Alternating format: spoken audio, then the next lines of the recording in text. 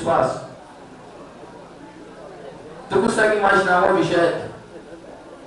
Mas tu consegue imaginar esse objeto sem que ele esteja contido em algum espaço? Não. Agora, da mesma forma que ele utilizou que o objeto necessita do espaço para existir, ele viu que o evento necessita de um tempo. Por exemplo, o tempo ele não necessita de nada para existir, ou seja, um evento. Mas o evento necessita estar incluído no tempo para que ele exista. Um exemplo bem legal. Ontem teve espaço, teve? Pois é, há 2 meses atrás, ou até antes, a gente estava estudando, esperando pelo espaço, né? E daqui a 8 meses, vai sair o resultado do espaço. Ou seja, está incluído ao mesmo tempo e foi dividido em várias etapas. E para isso ele relacionou a aritmética. A aritmética, como a gente sabe, existem os números positivos, o zero, que é neutro, e os números negativos. Os números positivos, sendo como se fosse amanhã, o zero como se fosse hoje, e os negativos como se fossem ontem, nos passados. E foi aí que ele relacionou. Porque conforme que você divida esse tempo em séculos, décadas, anos, meses, dias, tudo não necessita, quer dizer, ele sempre vai existir, independente de qualquer coisa. E é importante ressaltar, pessoal, a diferença que há entre conceito e intuição. Por exemplo, como o Matheus já explicou, essa mesa é um conceito. Por quê? Essa mesa é uma mesa de plástico. Existe aquela mesa ali onde ela se está escorada, existe aquelas mesas de escritório, mas todas são uma mesa. Diferente do espaço e do tempo. Por que ele definiu espaço e tempo como algo intuitivo, como intuições? Por exemplo, imaginamos a escola toda como um espaço. E as salas de aula como outros espaços. Ou seja, um espaço todo foi dividido em várias partes. Só que todas essas partes fazem parte de um só espaço. Por exemplo, temos a escola, temos as salas de aula, mas essas salas de aulas que foram divididas dentro da escola fazem parte da escola. Ou seja, fazem parte do espaço. E da mesma forma ele utilizou isso no tempo. Por exemplo, o tempo é dividido em períodos, em segundos, em minutos, mas tudo isso está incluído em um só tempo.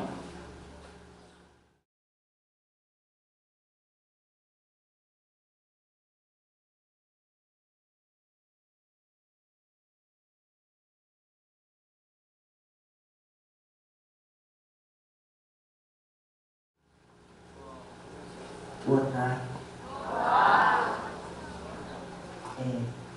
Então, pois bem, já na analítica transcendental, Kant ele vai tratar o quê? Vai tentar provar os conhecimentos a priori na física. Só que diferentemente da matemática, que trata de objetos ideais quanto à forma, Kant ele vai tratar de quê nessa área? Kant vai tratar de objetos reais. Porque se você for olhar na etimologia, a palavra física quer dizer estudo da natureza. Então, na física vai ser tratado de objetos reais que possuem uma causa, um efeito, que possuem propriedades, que tem uma substância e que é movida através de leis que podem ser traduzidas através de cálculos matemáticos. Justamente nesta hora é que ele vai o quê? Vai querer demonstrar que a física é o saber a priori. Por quê? Porque, se você for ver, existem saberes físicos que não tem necessidade de você estudar para saber daquilo. Por exemplo, tem uma parte na física que é a mecânica racional, que vai tratar daquela parte dos movimentos. Por exemplo, se você, qualquer pessoa, a pessoa pode ver uma bicicleta, sendo que essa esteja em movimento, automaticamente, ao ela ver o movimento do ar, ela vai dizer que é um movimento circular. Entendeu? Você está entendendo? Sim. Por exemplo, uma criança também, indo para outra parte, uma criança, ela já tem por si só uma noção de peso. Porque se você for simular cair por cima de uma criança, ela vai o quê? Qual será a reação da criança? Vai ser sair para outro lugar, sair de baixo. Entendeu? Porque ela sabe, ela tem uma certa noção de que se você cair por cima dela, o seu peso pode causar algum dano na sua integridade física. Então, em cima disso, ele vai mostrar que existem saberes físicos que já é nato do ser humano. Vocês entenderam? Alguma dúvida? Certo. Já que se trata de objetos reais, o estudo da física, ele vai demonstrar, vai querer fazer uma conceituação de realidade. E até aquela época, ele vai o quê? Naquela época, e até hoje em dia, estava sendo disseminada a questão do conceito de René Descartes, que é o quê? Como alguns já sabem, para René Descartes, a realidade é tudo aquilo que eu posso pensar. Por isso que ele deu aquela famosa frase, penso, logo existo. Por quê? Porque quando René, ele dizia o quê? Quando ele estava dormindo, ele tinha sensações tão reais quanto quando ele estava acordado. Vocês entenderam? Então, já para Kant ele vai concordar de certa forma. Porque para Kant, realidade é tudo além, tudo aquilo que eu posso julgar. Por exemplo, essa cadeira, ela é um conhecimento por quê? Eu posso adquirir um conhecimento a priori por quê? Ela é real por quê? Porque eu posso julgar ela, eu posso olhar para ela e dizer que ela tem 4 pernas, posso dizer que ela tem, o que mais? Ela vai ter um substrato de contato, no qual eu posso depositar um objeto, uma série de outros mais. Se formos ver, existe uma série de, por exemplo, essa bandeja eu posso julgar ela. Eu posso dizer que ela é de metal e negar que ela é de madeira. Ou seja, o julgamento é o ato de uma pessoa afirmar ou negar a existência de alguma coisa. Aí mais para frente, dando prosseguimento, ele vai o quê? Ele vai dizer que existe 4 formas de classificar esse juízo, que é quanto à modalidade, quanto à forma e quanto à quantidade. Entendeu? É tipo uma forma, foi tipo uma forma que ele encontrou de facilitar essa detectação do juízo. Uma facilitação na hora de estudar sobre os juízos. Mais para frente ele vai o quê? Ele vai falar sobre a dedução transcendental. Ele vai dizer que existe o eu, existe o sujeito do conhecimento. O sujeito, se eu perguntasse o que seria o eu de Kant, vocês saberiam dizer? E o sujeito do conhecimento?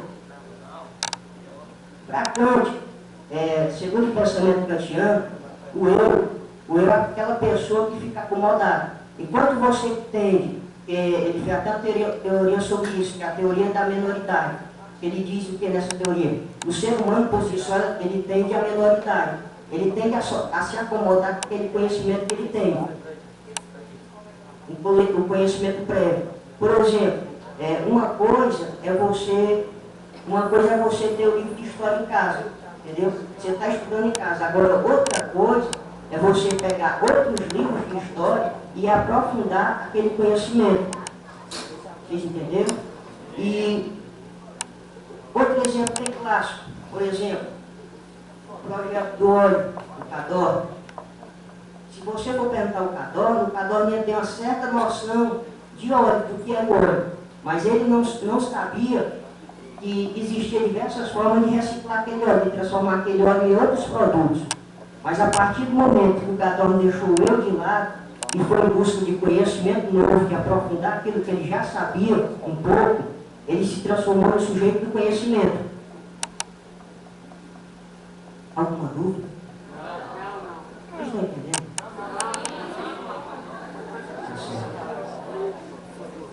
Então, a partir daí ele vai dizer o quê? Ele vai falar sobre a inversão copernicana. Ele vai dizer que ele vai discordar acerca do pensamento de Hilbert. Que até aquela época, as pessoas pensavam